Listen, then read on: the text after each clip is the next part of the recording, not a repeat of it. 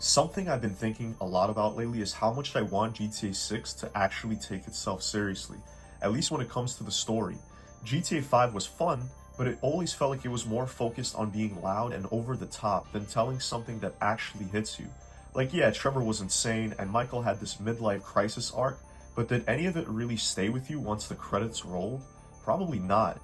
Now compare that to something like Red Dead 2 or even GTA 4. Those stories had weight. You could feel the tension, the regrets, the loss. Arthur's story in Red Dead wasn't just about running around the map doing missions. It was about watching someone slowly come to terms with the life they lived and what it cost them. It had patience and it had impact. Same with Nico in GTA 4. There was this underlying heaviness to everything he did. It didn't feel like a parody, it felt like a tragedy. That's the energy I want GTA 6 to bring back.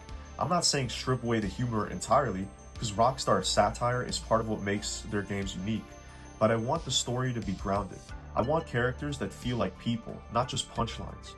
I want a world that reacts to your choices, not one that just exists to make fun of itself. Rockstar's proven they can tell stories like that.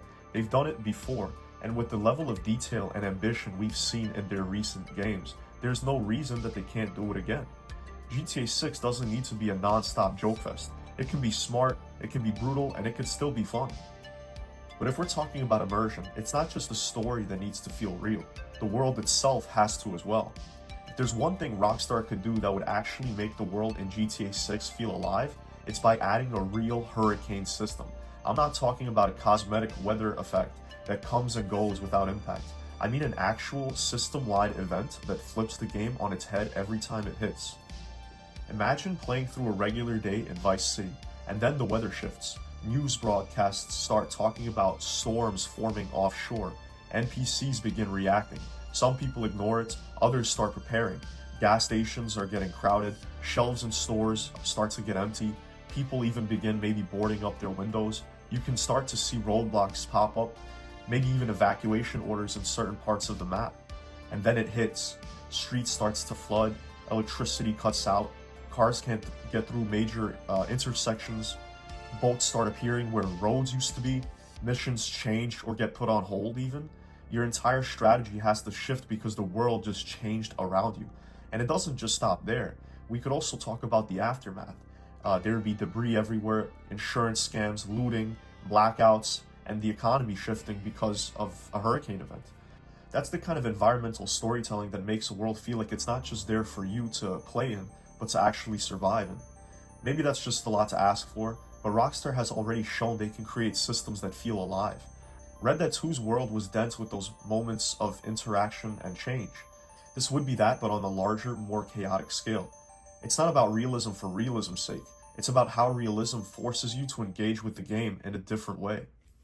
If Rockstar really wants GTA 6 to feel next gen, if they want players to talk about it the same way they did with Red Dead 2's immersion, this is the way to do it.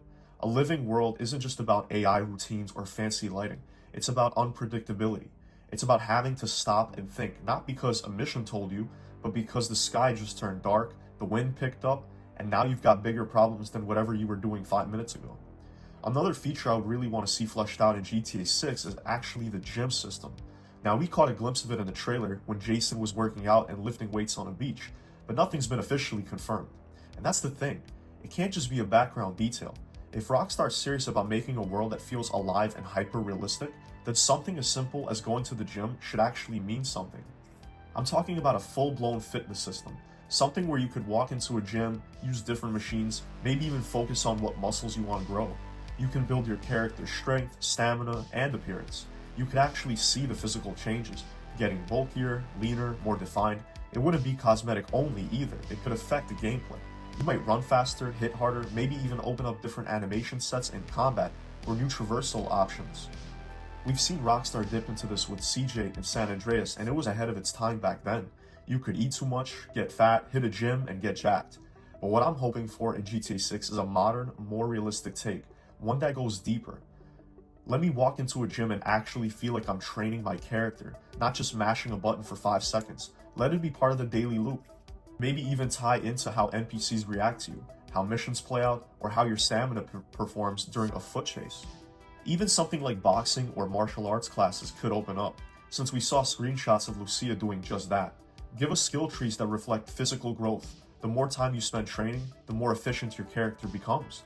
Let that progression feel earned, not because you picked it from a menu, but because you actually put in the work.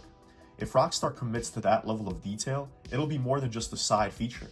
It can be a simple and hidden way to level up your character in a GTA game that would be completely integrated into the game seamlessly.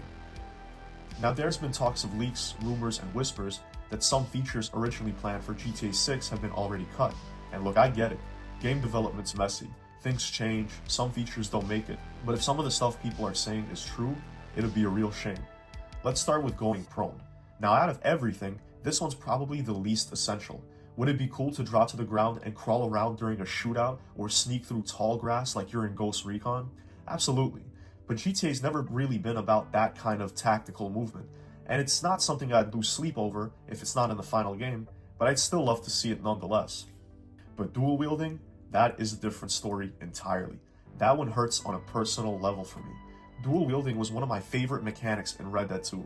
It added so much style and power to combat. It gave you that extra edge in a gunfight, and it just looked cool as hell.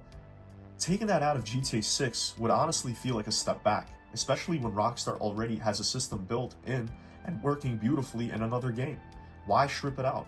If anything, I'd expect them to build on it. Another feature I hope makes it in is a bit wild, but hear me out, guys. Horses. And I know it sounds a little wild at first. Like, what the hell is a horse doing in a game like GTA? But if you know a little bit of Rockstar lore, it would actually make sense. Horses were apparently planned for GTA 5 before getting cut during development. There were voice lines for characters and even police dialogue describing the character being on a horse. So Rockstar already has the tech fully fleshed out from Red Dead 2. The animations, the AI, the bonding system, I mean, it's already all there. And with rumors of a large rural areas in GTA 6, adding horses just fits for multiple reasons. First off, people actually have horses in Florida. It's not even that rare. You've got whole rural areas, farms, trails. It's not just city streets and palm trees. It fits the setting more than people think. And if Rockstar is serious about giving us a massive, diverse map with an entire Everglades region and places like Mount Caligo, horses could play a legit role in getting around certain parts of it. Dirt roads, off-grid properties, areas where it doesn't make sense to roll up in a sports car. And more than that, horses open the door for something even bigger, the roam system.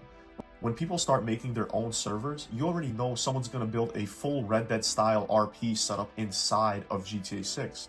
Having horses already baked into the game just makes it that much easier. It's not just a cool feature, it would become a tool for creativity. It would be Rockstar handing players the keys and saying, do what you want with it. Now, this last part might also sound a little unhinged, but hear me out. Doing drugs in GTA 6 needs to be more than just a gag.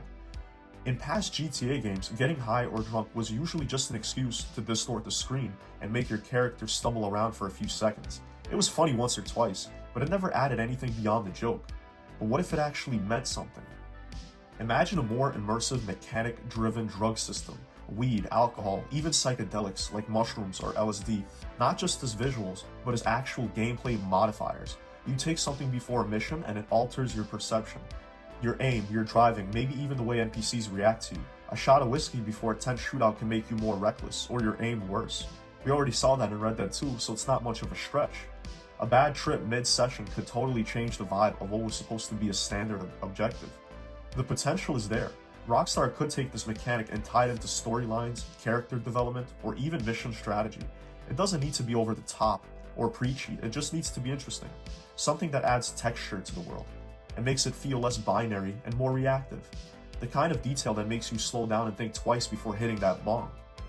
And while we're on the topic of immersion, there's one last feature I would love to see fully realized: custom haircuts.